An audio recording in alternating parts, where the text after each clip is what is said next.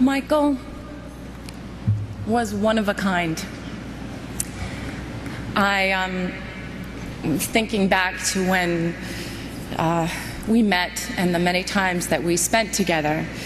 And whenever we were out together and there would be a picture taken, there would be a caption of some kind. And the caption usually said something like an odd couple or an unlikely pair. But to us, it was the most natural and easiest of friendships. I was 13 when we met, and from that day on, our friendship grew. Michael always knew that he could count on me to support him or be his date, and that we would have fun no matter where we were. We had a bond. And maybe it was because we both understood what it was like to be in the spotlight from a very, very young age. I used to tease him and I'd say, you know, I started when I was 11 months old. You're a slacker. You were what, 5? Both of us needed to be adults very early. But when we were together, we were two little kids having fun. We never collaborated together. We never performed together or danced on the same stage, although he did try in vain one night to unsuccessfully teach me the moonwalk. And he just basically just shook his head and crossed his arms at my attempt. We never filmed a video or recorded a song, but what we did do was laugh. It was always a competition to see who could make the other one laugh more or be sillier. Michael loved to laugh. His heart would just burst out of him when he was laughing.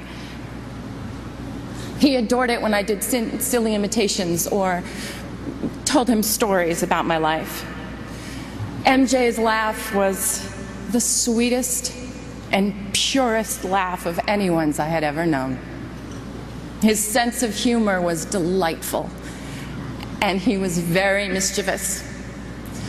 I remember it was the night before Elizabeth Taylor's wedding, and he had called me prior and asked if I would join him. He didn't want to be alone for all the festivities. And it was the night before the big day, and Michael and I tried to sneak in to get the first peek of the dress. And we were just giggling like crazy, and we almost passed out in hysterics when we realized that Elizabeth was actually asleep in the bed. We thought she was in an entirely different room. And we had to laugh and sneak out. Then at the point of the wedding, when there was the first dance, basically we had to joke that we were the mother and father of the bride. Yes, it may have seemed very odd to the outside, but we made it fun and we made it real. When he started wearing the glove, I was like, what's up with the glove? I was like, look, if you're gonna hold my hand, it better be the non-gloved one, because sequins really hurt me. He would dig in.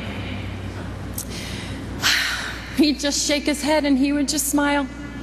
He loved to be teased. Seeing him smile made you feel like everything was going to be all right. To the outside world, Michael was a genius with unchallenged ability. To the people who were lucky enough to know him personally, he was caring and funny, honest, pure, non-jaded, and he was a lover of life. He cared so deeply for his family and his friends and his fans.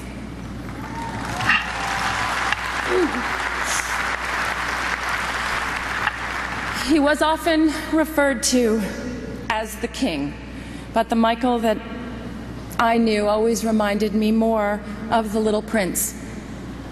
Thinking of him now, I'd like to share a passage from the book. What moves me so deeply about this sleeping prince is his loyalty to a flower. The image of a rose shining within him like the flame within a lamp, even when he's asleep. And I realized he was even more fragile than I had thought. Lamps must be protected. A gust of wind can blow them out. Michael's sensitivity was even more extraordinary than his talent, and his true truth resided in his heart. As the little prince also said, eyes are blind. You have to look with the heart. What's most important is invisible. Michael saw everything with his heart. To his family, his brothers and sisters, Catherine, Joe, and to his children, Prince, Paris, Blanket, my prayers are with you.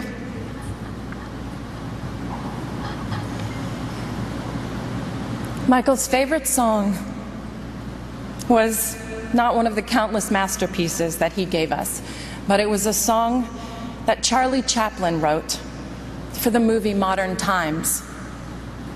It's called Smile. And there's a line in the song that says, "Smile though your heart is aching."